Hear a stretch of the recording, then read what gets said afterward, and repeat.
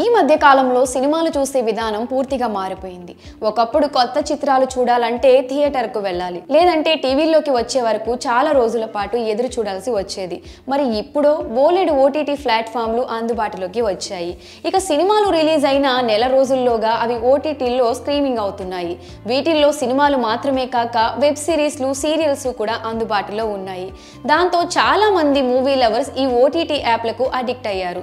ఎంతలా అంటే కొందరు ఏదైనా వెబ్ సిరీస్ చూడడం మొదలు పెట్టారంటే నిద్ర మానుకుని మరీ వాటిని పూర్తి చేస్తున్నారు. ఈ క్రమంలో నెట్ఫ్లిక్స్ వాడితే చస్తారు అని హెచ్చరిస్తున్నారు కొందరు టెక్ నిపుణులు. మిగతా ఓటీటీ ప్లాట్ఫామ్లతో పోలిస్తే నెట్ఫ్లిక్స్ కొంచెం విభిన్నంగా ఉంటుంది. అమెజాన్ ఇతర ఓటీటీ ప్లాట్ఫామ్లతో పోలిస్తే నెట్ఫ్లిక్స్లో వెబ్ సిరీస్లు, సినిమాలు ఎక్కువ మొత్తంలో అందుబాటులో ఉంటాయి.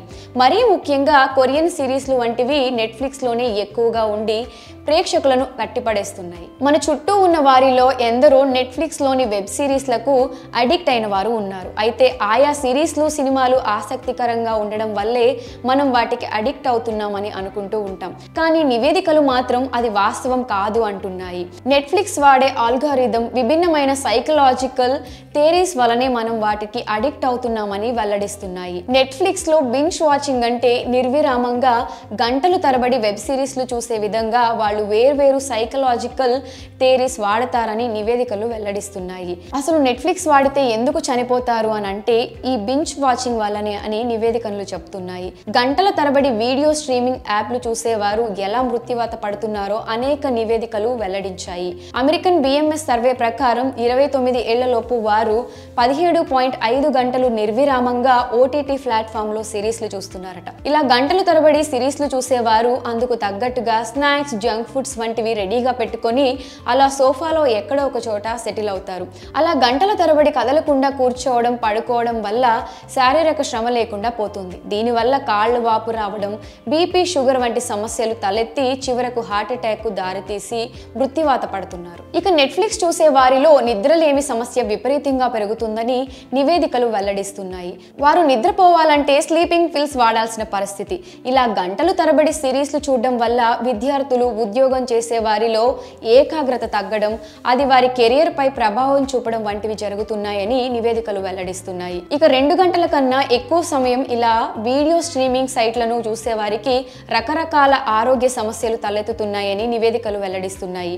బీపీ, నిద్రలేమి, గుండెపోటు వంటి సమస్యలతో మృత్యువాత పడుతున్నారని నివేదికల్లో తేలింది. ఈ క్రమంలో తాజాగా నెట్ఫ్లిక్స్ సీఈఓ చేసిన వ్యాఖ్యలు సంచలనంగా మారాయి. తమకు ప్రధాన శత్రువు నిద్రే అని నెట్ఫ్లిక్స్ సీఈఓ అంటున్నాడు.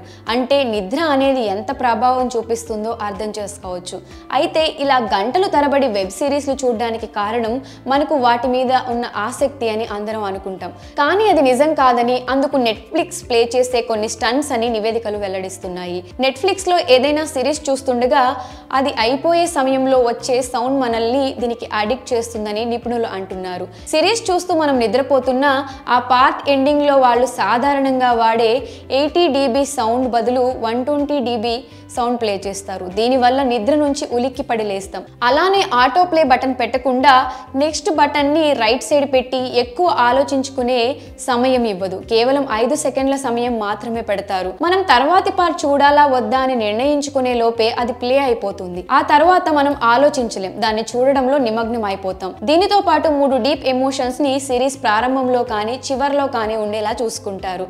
అవే సెక్స్, వైలెన్స్, సస్పెన్స్. వీటిని సిరీస్ ప్రారంభంలోనే చివర్లోనో ఉండేలా చేయడం వలన మనం ఆ సిరీస్లను కంటిన్యూగా చూస్తూనే ఉంటాం. ఇక ఇవే కాక మనకు తెలియని అనేక రకాల సైకలాజికల్ థియరీస్ ప్రయోగించి ఆ ప్లాట్ఫామ్ మీదకు వెళ్లేలా చేసి నెట్ఫ్లిక్స్ మనల్ని అడిక్ట్ చేస్తుందని నివేదికలు వెల్లడిస్తున్నాయి. మరి దీని నుంచి బయటపడలేమా అంటే పడొచ్చు. ఈ అలవాటు నుంచి బయటపడాలి అంటే ఆటో ప్లే బటన్ ని ఆఫ్ చేసి ఉంచాలి. మనల్ని మనం కంట్రోల్ చేసుకోవాలి. రోజు గంట, 2 గంటలు మాత్రమే చూడాలి. అంతకంటే ఎక్కువ సమయం చూడాలి అనుకుంటే సమస్యలు కొని తెచ్చుకోవడం మాత్రమే అని గుర్తించాలి.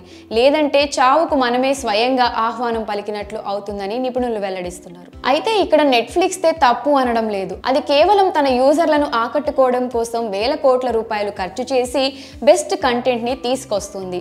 నెట్ఫ్లిక్స్ అనే కాకుండా మిగతా ప్లాట్ఫామ్లన్నీ ఇదే లక్ష్యంతో పనిచేస్తున్నాయి. కానీ ఓటీటీలో సినిమాలు, సిరీస్లు చూసే ప్రేక్షకుడికి తన మీద తనకు కంట్రోల్ ఉండాలి. దేనికి ఎంత సమయం కేటాయించాలి, అతిగా చూస్తే కలిగే అనర్థాలు ఏంటి అనేవి గుర్తించాలి.